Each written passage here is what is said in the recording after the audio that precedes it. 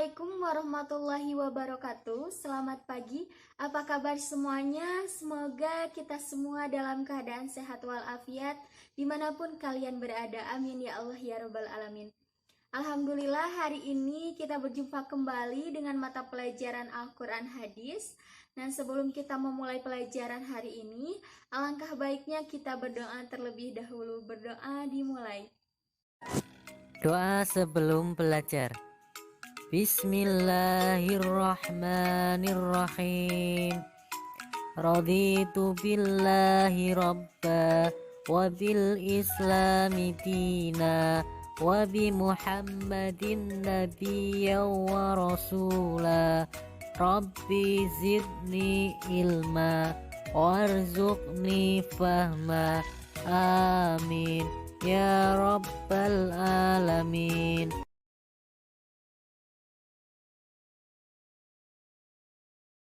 Nah, pada pertemuan kali ini kita akan membahas mengenai materi bab 2, yakni tentang ayat-ayat tentang optimis dan sabar. Nah, pada pertemuan kemarin kita sudah mempelajari bersama mengenai hukum bacaan mad. Nah, Ibu ingatkan kembali ya, bahwasannya mad secara bahasa itu berarti panjang. Nah, secara istilah merupakan hukum bacaan yang dibaca panjang. Nah, hukum bacaan mad itu terbagi menjadi dua bagian, yaitu ada mad tabi'i atau mad asli, dan yang kedua ada mad far'i atau cabang-cabang mad. Nah, mad tabi'i itu hurufnya ada 3, alif, waw, dan ya. Dan sedangkan mad far'i atau cabang-cabang mad itu terbagi menjadi 13. Ada mad jaiz munfasil, mad silah qasiro, mad silah tawila, mad lazim mustaqal kilmi, mad lazim muhaffaf kilmi, mad tamkin, mad farki, dan masih banyak yang lainnya. Dan semuanya itu kita sudah pelajari bersama, dan Ibu lihat kalian sudah memahami mengenai materi tersebut. Nah, maka dari itu semoga dengan materi yang kemarin kalian bisa menerapkannya dalam membaca Al-Quran. Nah, maka dari itu Ibu akan meneruskan materi selanjutnya mengenai ayat-ayat tentang optimis dan sabar. Nah, adapun tujuan dalam pembelajaran kali ini yaitu yang pertama, supaya kita dapat menerima bahwa sifat optimis dan sabar itu merupakan perintah dari Allah Subhanahu wa taala. Yang kedua, supaya kita bisa mengamalkan sikap pantang menyerah dalam meraih keberhasilan sebagai salah satu bentuk sikap anti korupsi. Dan yang ketiga, supaya kita bisa mendemonstrasikan hafalan ayat-ayat tentang optimis dan sabar. Nah, maka dari itu, Ibu akan meneruskan materi selanjutnya mengenai ayat-ayat tentang optimis dan sabar. Nah, sebelum kalian memahami mengenai ayat-ayat tentang optimis dan sabar, kalian terlebih dahulu harus memahami apa pengertian dari sifat optimis dan sabar, apa ciri-ciri dari sifat optimis dan sabar, apa dalil yang menerangkan tentang sifat optimis dan sabar, dan hikmah yang bisa kita ambil ketika kita mempunyai sifat optimis dan sabar. Nah, baik, Ibu akan menjelaskan satu persatu mengenai materi tersebut. Materi yang pertama yakni pengertian dari optimis. Nah, apa yang kalian pikirkan ketika mendengar kata optimis? Nah, optimis itu merupakan suatu sikap seseorang yang mempunyai keyakinan yang sangat tinggi dalam menghadapi segala hal ataupun segala macam permasalahan kehidupan di dunia ini, atau sifat seseorang yang mempunyai harapan yang positif dalam menghadapi segala hal. Sehingga dengan sifat optimis ini itu dapat mendorong seseorang untuk selalu bekerja keras pantang menyerah dalam mencapai tujuan yang sudah dicita-citakan. Nah, Ibu contohkan. Contohnya, ketika ulangan mata pelajaran Al-Quran Hadis di kelas 7, beberapa siswa terlihat sangat tegang dan cemas. Namun, ada salah satu siswa yang tetap merasa senang, enjoy, ceria, karena dia yakin dia dapat menjawab soal-soalnya dengan baik, karena dia sudah belajar dengan rajin dan juga selalu berdoa kepada Allah Subhanahu wa taala. Nah, dari contoh tersebut bisa kita ambil bahwasannya sifat optimis itu dapat membuat seseorang merasa tenang dan yakin akan kemampuan dirinya setelah dirinya berusaha. Nah, maka dari itu, sifat optimis yang berlebihan itu tidak boleh, dan karena akan membuat seseorang menjadi sombong, sehingga sifat optimis yang dianjurkan itu adalah sifat optimis yang disertai dengan usaha ataupun kerja keras. Selanjutnya, poin yang kedua yakni ciri-ciri dari sifat optimis. Nah, ciri-ciri dari sifat optimis yakni dia akan selalu merasa semangat dalam menghadapi segala hal. Yang kedua, selalu berprasangka baik terhadap dirinya sendiri dan terhadap Allah Subhanahu wa Ta'ala. Yang ketiga, dia senantiasa melakukan pekerjaan ataupun melakukan hal apapun itu dengan senang hati tanpa ada paksaan sedikit pun. Dan yang keempat, senantiasa bersyukur atas hasil yang dia dapatkan. Nah, adapun dalil yang menerangkan tentang sifat optimis yakni Quran surat Az-Zumar ayat 53 yang berbunyi, Bismillahirrahmanirrahim. Qul ya ibadiyalladzina asrafu ala anfusihim la taqnatu mir rahmatillah. Innallaha yaghfirud dzunuba jami'a. Innahu huwal ghafurur rahim. Yang artinya, wahai hamba-hambaku yang melampaui batas terhadap diri mereka sendiri, janganlah kamu berputus asa dari rahmat Allah. Sesungguhnya Allah akan mengampuni semua dosa-dosanya, dan sungguh Allah Maha Pengampun lagi Maha Penyayang. Quran surat Az-Zumar ayat 53. Nah, di dalam Quran surat Az-Zumar ayat 53 ini sudah jelas bahwasannya kita dilarang untuk berputus asa dari rahmat Allah. Maka dari itu, sifat yang dianjurkan adalah sifat optimis. Sehingga nantinya kita akan terhindar dari yang namanya putus asa.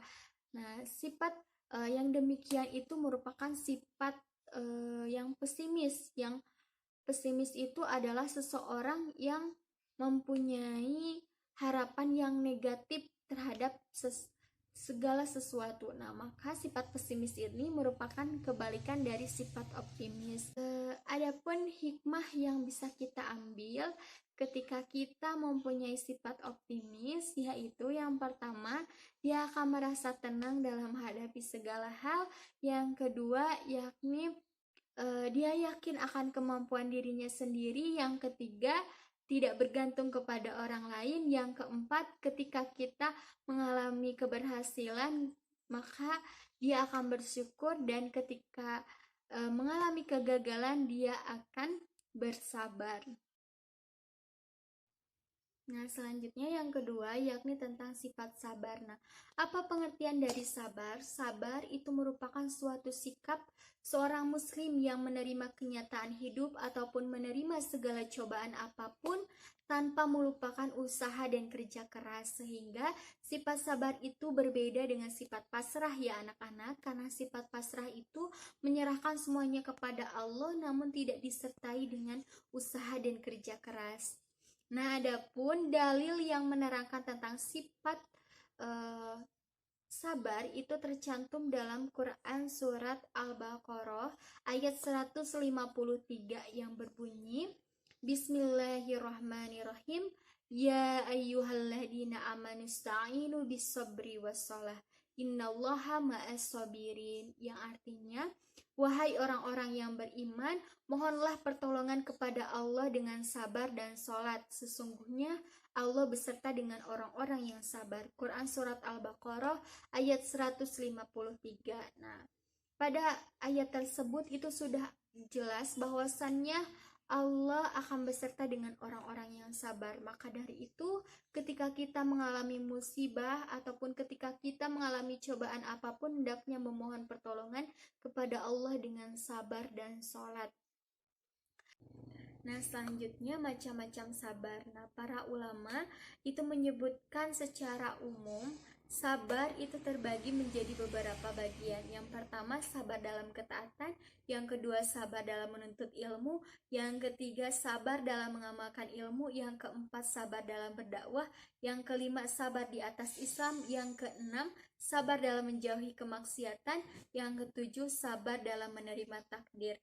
Yang pertama sabar dalam ketaatan. Nah, dalam melaksanakan perintah Allah dan menjauhi segala larangannya yang merupakan kewajiban bagi setiap muslim, namun dalam melaksanakan kewajiban tersebut terdapat berbagai gangguan ataupun kesulitan apapun, maka hendaknya kita selalu bersabar dalam menghadapinya. Selanjutnya yang kedua yakni sabar dalam menuntut ilmu. Nah, dalam menuntut ilmu itu diperlukan usaha dan kerja keras serta doa. Nah, betapa banyak gangguan yang harus dihadapi oleh seseorang yang menuntut ilmu itu bisa kita rasakan ketika kita menuntut ilmu, kita menahan rasa lapar, menahan rasa ngantuk, menahan jauh dari orang tua. Namun ketika kita bersabar, itu kita akan melahirkan sifat yang sungguh-sungguh dalam menuntut ilmu, sehingga apa yang disampaikan oleh guru itu bisa tersampaikan dan bisa diterima dan bisa dipahami oleh kita. Maka dari itu kita harus bersabar dalam menuntut ilmu. Selanjutnya sabar dalam mengamalkan ilmu. Nah, sabar dalam mengamalkan ilmu itu banyak juga gangguannya. Misalnya cemoohan orang, ucapan yang bisa diterimanya ataupun bisa gangguan fisik, misalnya sakit dan lain sebagainya. Selanjutnya sabar dalam berdakwah. Nah, sabar dalam berdakwah itu bisa dicontohkan ketika Rasulullah SAW berdakwah itu tidak langsung diterima oleh orang-orang bangsa Arab, karena ajaran yang dibawa oleh Rasulullah SAW itu bertentangan dengan ajaran nenek moyang orang-orang kafir Quraisy, sehingga Rasulullah diperangi oleh orang-orang kafir, bahkan sampai orang kafir itu berusaha ingin membunuh Rasulullah. Namun karena kesabaran Rasulullah, beliau berhasil mengubah bangsa Arab dari kehidupan jahiliyah menuju kehidupan yang penuh dengan nilai-nilai ajaran agama Islam. Selanjutnya sabar di atas Islam. Maksudnya apa? Sabar di atas Islam, cobaan yang menimpa kita saat ini itu misalnya saja kita kekurangan harta, kita kehilangan tempat tinggal, kita kekurangan makanan. Nah, itu tidak sebanding atau lebih ringan dibandingkan dengan cobaan yang menimpa Nabi dan Rasul kita terdahulu. Bila kita ingat kembali kisah Bilal bin Rabah yang mempertahankan akidahnya, ajaran agama Islam, dia rela dihukum oleh majikannya dengan batu yang sangat besar di atas padang pasir yang sangat panas. Nah, namun berkat kesabarannya Allah memberikan pertolongan melalui Abu Bakar As-Siddiq. Nah, selanjutnya yakni sabar dalam menjauhi kemaksiatan. Sabar dalam menjauhi kemaksiatan itu bisa kita dengan menjauhi segala perbuatan yang mendorong ke dalam kemaksiatan kepada Allah. Selanjutnya, sabar dalam menerima takdir. Nah, sabar dalam menerima takdir dan ketetapan Allah Subhanahu wa taala. Nah, ketika takdir tidak sesuai dengan harapan kita, kita hendaknya bersabar karena sesungguhnya setiap cobaan apapun itu terdapat hikmah yang bisa kita ambil, terdapat pelajaran yang bisa kita ambil, karena sesungguhnya Allah tidak akan membebani suatu kaum tanpa ataupun melebihi dari kemampuannya. Nah, maka dari itu kita diperintahkan untuk bersabar. Nah, adapun hikmah yang bisa kita ambil dari perilaku sabar, yakni kita senantiasa akan mengingat Allah ketika kita mengalami cobaan, mengalami musibah apapun, kita langsung mengingat Allah dengan mengucapkan astagfirullahalazim. Selanjutnya kita berdoa kepada Allah, memohon kepada Allah, memohon perlindungan, memohon ampun. Selanjutnya kita dengan mempunyai sifat sabar, kita pasti dapat menerimanya dengan ikhlas, dan juga kita tidak akan mudah marah, tidak akan mudah emosi, dan kita tidak akan berburuk sangka kepada Allah Subhanahu wa taala. Nah, adapun kesimpulan dari pembelajaran hari ini bahwasannya sifat optimis dan sabar itu merupakan suatu sifat yang diperintahkan oleh Allah Subhanahu wa taala. Nah, maka dari itu sudah semestinya kita semua harus mempunyai sifat optimis dan sabar. Kita tanamkan mulai sekarang sifat optimis dan sabar dalam diri kita masing-masing. Dan Ibu harapkan setelah pembelajaran ini kalian dapat mengamalkan sifat optimis dan sabar dalam kehidupan sehari-hari. Nah, sekian yang dapat Ibu sampaikan. Semoga bisa bermanfaat. Dan untuk tugas pertemuan hari ini, silahkan kalian hafalkan ayat-ayat tentang optimis dan sabar. Nah, minggu depan kita demonstrasikan mengenai ayat-ayat tentang optimis dan sabar. Setelah itu kita lanjutkan menganalisis isi kandungan dari surat ataupun dari ayat-ayat tentang optimis dan sabar. Nah, sebelum kita mengakhiri perjumpaan kita kali ini, kita tutup pembelajaran hari ini dengan bacaan hamdalah dan doa kifaratul majelis bersama.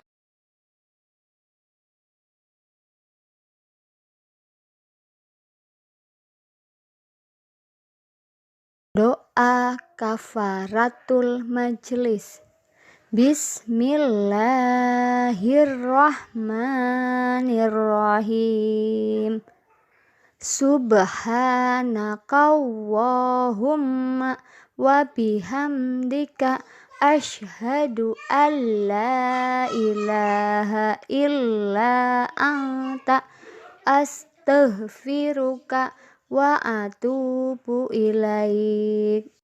Nah, sekian yang dapat Ibu sampaikan, semoga bermanfaat. Hasbunallah wa ni'mal wakil. Wassalamualaikum warahmatullahi wabarakatuh.